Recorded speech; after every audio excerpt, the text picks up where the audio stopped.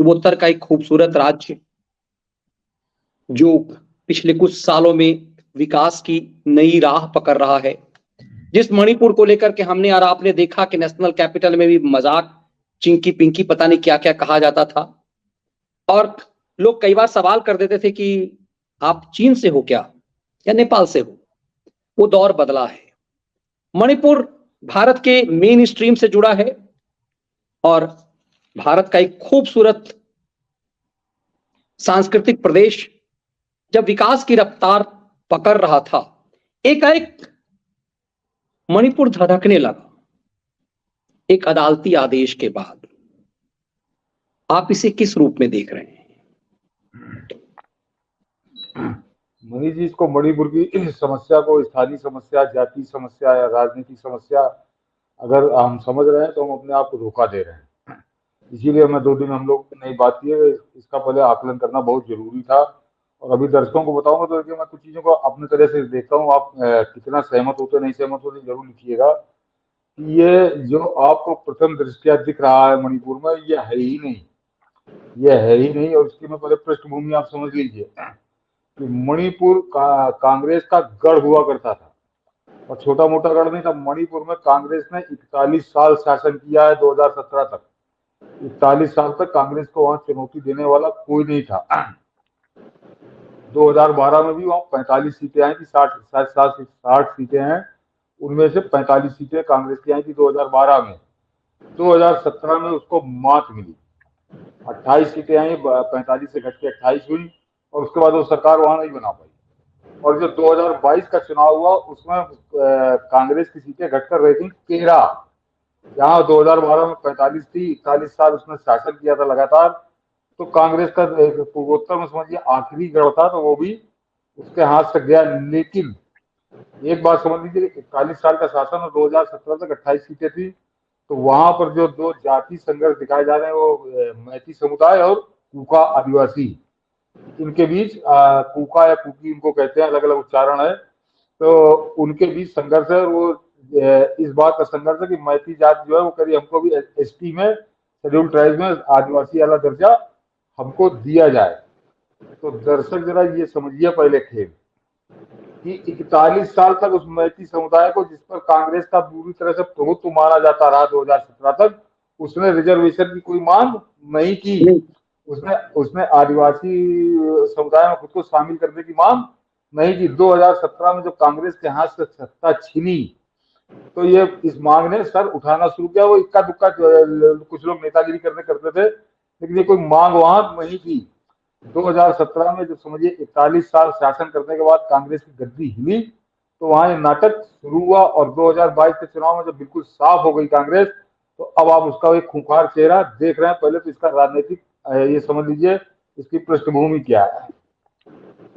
उसके अलावा मनीष जी, टाइमिंग, ये समझिए 41 और 5 जोड़ के 50-45 साल बाद एकदम से भड़का, और ऐसा भड़का कि 24 लोगों की मौत हो गई, गोली चलानी पड़ी वहां पुलिस को और सेना तैनात की गई है। कि मनीष जी, जब ये हिंसा भड़की, ये वो समय था कि एससीओ की मीटिंग हिंदुस्तान में हो रही थी, चाइना का विदेश मंत्री हिंदुस्तान में था, पाकिस्तान का विदेश मंत्री कई साल बाद यहाँ पहुंच रहा था। यानी 2 दुश्मन देशों के विदेश मंत्री एससीओ की विदेश मंत्रियों की मीटिंग में यहाँ शामिल होने के लिए उपस्थित थे। यानी अंतरराष्ट्रीय समुदाय, एक बहुत बड़ा अंतरराष्ट्रीय समुदाय भारत में उपस्थित था। और उसके सामने हमारा सीमावर्ती राज्य जो मणिपुर है, चीन, वहां पर हिंसा का ऐसा तांडव। छोटा सा राज्य है मणि जी मणिपुर, और वहां पे 24 लोगों को मर जाना, यानी बहुत भयंकर हिंसा हुई है। बहुत भयंकर हिंसा हुई, जिसको शब्दों में ना हम लोग लिख सकते हैं ना बता सकते हैं। आप कल्पना कर सकते हैं कि क्या हालत वहां हुई होगी। पूरे पूरे रोड जो है वो जलती हुई नजर आ रही, जो वीडियो आए छन के। तो एक तो इसमें कांग्रेस ने एक तीर से कई निशाने मनीष जी साधे। और क्यों साधे, किसके कहने साधे, अभी ये भी समझाता हूँ कि अपना तो उसका वर्चस्व वहां खत्म हो रहा था, तो उसके लिए उसको कहीं आग एक लगानी थी। और दूसरे फिर वही चाइना का गिरा जाता है कि चाइना के विदेश मंत्री से जयशंकर, हमारे जो विदेश मंत्री जयशंकर, उनकी बायलैटरल मीटिंग होनी थी। उसमें कुछ मुद्दे उन्होंने जो भी डिस्कस किए होंगे, लेकिन ये वो स्थिति थी कि जिस समय जयशंकर चाइना के विदेश मंत्री के सामने बैठे तो वो दबाव में आ जाएं। आ जाए। ये जरा इस रणनीति को समझिए आप कि वो क्योंकि हमारे बिल्कुल चीन से पूर्वोत्तर पूरा समझिए चीन से लगा हुआ है, और वहां पे इस कदर हिंसा का जो हो रहा है, असंतोष है, उसको जन असंतोष बताया जा रहा है, एक बड़े समुदाय का असंतोष बता के ये नाटक हो रहा है। तो वो जाहिर सी बात है कि कोई भी देश का विदेश मंत्री, जयशंकर नहीं कोई भी हो, तो वो दबाव में आ जाए। और दूसरे पाकिस्तान को एक जो 370 की बात कर रहा था, उसने भुट्टो ने करी भी, तो उसको यहाँ पर भी एक मौका मिल जाए कि देखिए आपके यहाँ तो सब जगह विद्रोह हो रहा है, आपके यहाँ तो सब जगह अलगाव है और हिंसा हो रही है, तो कश्मीर की बात क्यों करते हो। तो खैर वो जयशंकर ने, कल हम लोगों ने उसको बात की, उन्होंने बहुत खूबसूरती इस समस्या से निपटा। लेकिन कल जो जयशंकर के चेहरे पर आप तनाव देख रहे थे, अगर आप गौर करिए तो तनाव में वो गुस्सा था, क्रोध था, क्योंकि चीजें वो भी समझ रहे हैं कि ये खेल हो क्या रहा, क्यों हो रहा है। तो ये जो हिंसा मणिपुर की, ये कोई बड़ी वैसी समस्या मैं फिर बता रहा हूँ कि वो नहीं कि जिसको सुलझाना बड़ा कठिन काम है। ये हुई, इसका कारण कुछ और था कि एससीओ की मीटिंग थी, चीन का विदेश मंत्री यहाँ था, पाकिस्तान के विदेश मंत्री की तो कोई औकात नहीं, हो तो एक बहती गंगा में हाथ धोने वाली है। लेकिन चीन के विदेश मंत्री से बायलैटरल मीटिंग थी जयशंकर की, और वहां कुछ बात हुई होगी, तो उस समय उनके एक तरह से नैतिक रूप से कह लीजिए या सैद्धांतिक रूप से दबाव में लाने के लिए ये चीन से जुटे पूर्वोत्तर में ये हिंसा की आग हुई। और दर्शक ध्यान दें कि वो हिंसा की आग को मेघालय में भी फैलाने की कोशिश की गई, यानी वो पूरा पूर्वोत्तर जलाने की एक साजिश ये थी। और इसीलिए सरकार को इतना सख्त रुख लेना पड़ा कि वहां गोली 24 लोग गोली चली है, उसको कितने लोग पुलिस को मरे हैं, कितने लोग हिंसा से मरे, अभी आएगा फिगर ये, लेकिन वह 24 लोगों की जानें चली गई। ये कितना खतरनाक खेल था। और अब बताता हूँ मनीष जी, इसकी पृष्ठभूमि क्या, इसके लिए थोड़ा आपको 6 साल पहले जाना पड़ेगा दर्शकों को। सितंबर या अक्टूबर में मनीष जी एक स्टिंग ऑपरेशन हुआ था एक कंपनी का ब्रिटेन में, किसी हिंदुस्तान के न्यूज चैनल ने नहीं किया था, वो चैनल 4 था, चैनल 4 न्यूज नाम से ब्रिटेन का एक चैनल है, और उसने एक स्टिंग ऑपरेशन किया था कैम्ब्रिज एनालिटिका का। ये बहुत गंभीर बात बताने जा रहा हूँ जिसका अभी कोई जिक्र नहीं कर रहा, और ये जो कुछ हम देख रहे हैं हिंदुस्तान में, ये उसी का परिणाम है। और ये इस पे स्टिंग ऑपरेशन में उससे पहले एक और जिक्र कर दूं कि जब एससीओ की मीटिंग हो रही थी तो मणिपुर की हिंसा, और जरा याद करिए कि जिस समय G20 के विदेश मंत्री और रक्षा मंत्री हिंदुस्तान में थे, तब अमृतपाल को लेकर पंजाब में हाहाकार मचा हुआ था। पंजाब में दुनिया भर के नौटंकी हो रही थी, वो भी सीमावर्ती राज्य, और वहां पर भी ये दिखाया जा रहा था, वहां खालिस्तान आंदोलन बड़ा उठा जा रहा है, बड़ी अशांति फैली हुई है। ये संदेश वो G20 में जो आए थे, अधिकारी आए थे, मंत्री आए थे, उनको ये संदेश देने की कोशिश की थी। दूसरा मौका एससीओ में, तो ये मणिपुर में हिंसा खेली गई। और मैंने कहा ना कि कांग्रेस का वहां होल्ड, 41 साल तक उन्होंने शासन किया, और अब की जो सफाया हो गया उनका, तो जाहिर सी बात है कि जब आपका किसी जाति या किसी समुदाय को होल्ड होता है तो वहां पर निचले स्तर तक आपके आदमी होते हैं वहां पे। तो वो उसका एक गांव कांग्रेस ने खेला, क्यों खेला अब ये बताता हूँ कि मनीष जी हाँ सितंबर या अक्टूबर में स्टिंग ऑपरेशन हुआ था, चैनल 4 न्यूज ब्रिटेन का था, और उसने कैम्ब्रिज एनालिटिका के सीईओ का स्टिंग ऑपरेशन किया था, किसी छोटे मोटे अधिकारी का नहीं, उसने कई लोगों का स्टिंग ऑपरेशन किया था, उसमें एक वो अधिकारी भी शामिल था। और उसमें मनीष जी वो ये बिल्कुल क्लियर हो गया था कि वो 19 जुलाई 2017 को आपके यहाँ कांग्रेस के नेताओं से मिला था। कांग्रेस ने उसको 2019 के चुनाव का ठेका भी दे दिया था, और वो कांग्रेस के लिए काम कर रहा था। उसकी बाकायदे जब स्टिंग ऑपरेशन हुआ था तो उसकी फोटो उसके लंदन के ऑफिस में आई थी, पीछे कांग्रेस का चुनाव के झंडा लगाए, वो सब दर्शकों ने देखी भी, नहीं देखी होगी तो आप लोग ढूंढ लेंगे उसको। वो उस जगह उस पर जब स्टिंग ऑपरेशन हुआ तो उसने मनीष जी बताया, तो उसको तो था नहीं मेरा स्टिंग हो रहा है, तो उसने बड़े खुलकर बात की थी। वो क्लाइंट बन के गए थे वो लोग, उस चैनल के लोग, कि उसने कहा कि हम अपने क्लाइंट को चुनाव जिताने के लिए हर हथकंडा अपनाते हैं। और उसमें उसने कहा था सबसे पहला होता है कि सोशल मीडिया के माध्यम से झूठी खबर फैलाते हैं, फिर उस पार्टी और उस पार्टी के नेता का चरित्र हनन करने के लिए अफवाहें फैलाकर उसके ऊपर इतना कीचड़ उछालते हैं कि उसकी छवि जनता में बिल्कुल धूमिल हो जाए।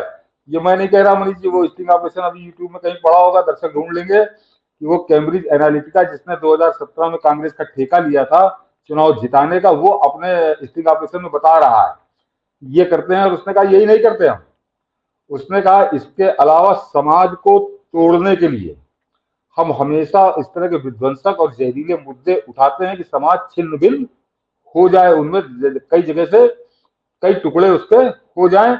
हम अपने क्लाइंट को जिताने के लिए ये भी करते हैं। और एक और मनीष जी उसमें उसने बोला था कि हम अपने इस एजेंडे को पाने के लिए, अपने एजेंडे को सफल बनाने के लिए हम वेश्याओं का भी उपयोग करते हैं। हम इस तरह की औरतें, वेश्याएं, इनका भी इस्तेमाल करके चरित्र हनन करने में कोई कसर बाकी नहीं रखते हैं। और ऐसा कोई भी मौका नहीं छोड़ते, ऐसा कोई भी हो कि जिससे नेता के ऊपर, नेता का चरित्र हनन हो, उस पर कीचड़ उछले और उसकी छवि बिल्कुल धूल धूसरित हो जाए। तो मनीष जी, जरा 2 उदाहरण अभी बता देता हूं दर्शकों को। एक चरित्र हनन का खेल चल रहा है जंतर मंतर में, कैसा चल रहा है या कोई बताने की जरूरत नहीं। कैसे सारे खैराती टूल किट वाले वहां पे लगे हुए हैं कि इस देश के प्रधानमंत्री, इस देश की सरकार को तक कीचड़ उछाल दो कि इसकी छवि बिल्कुल नकारात्मक हो जाए, नेगेटिव इमेज बन जाए। तो वो धंधा यहाँ शुरू हुआ, वो भी तब शुरू हुआ जब एससीओ की मीटिंग हो रही है। और दूसरा मरीज जी, जो समाज को तोड़ने वाला, उसका सबसे बड़ा उदाहरण आप मणिपुर में देख रहे हैं। और ये दर्शकों को बता दूं कि वो जो कैम्ब्रिज एनालिटिका का ऊपर जब एक्सपोज हो गया था स्टिंग ऑपरेशन में, उससे पहले वो ठेका ले चुकी थी कांग्रेस का। और उस दौरान जरा याद करिए कैसे जस्टिस लोहिया के लिए झूठी अफवाह, सहारा डायरी के लिए झूठी अफवाह, राफेल के सौदे के लिए झूठी अफवाह, मतलब पूरा झूठ पर ही कारोबार चल रहा था।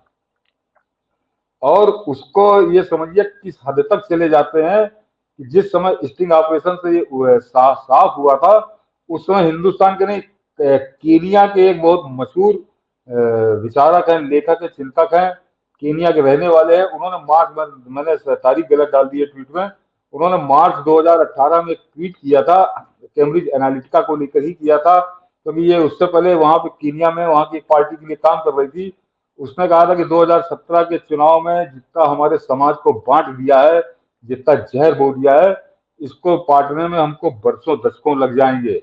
मनीष जी ट्वीट दिखा दीजिए, जोशुआ के निंजा का है, केनिया के बहुत मशहूर लेखक विचारक हैं वो। और उन्होंने जब इसका स्टिंग ऑपरेशन हुआ तब उन्होंने उस पर अपनी प्रतिक्रिया मार्च 2018 में दी थी कि ये क्या काम करता है। मैं कैम्ब्रिज एनालिटिका का जिक्र क्यों कर रहा हूं, अभी बताता हूं। ये पूरा ट्वीट दिखा दीजिए इनका मनीष जी।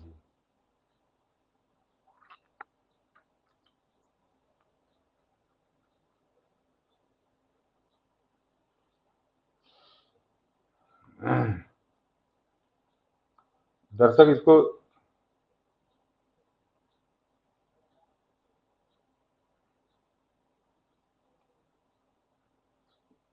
ये इन्होंने मनीष जी लिखा था, the amount of hatred that Cambridge Analytica showed in our midst in 2017 will take years to undo. The sad bit is they were guests of our government and they were paid using millions to make us hate one another.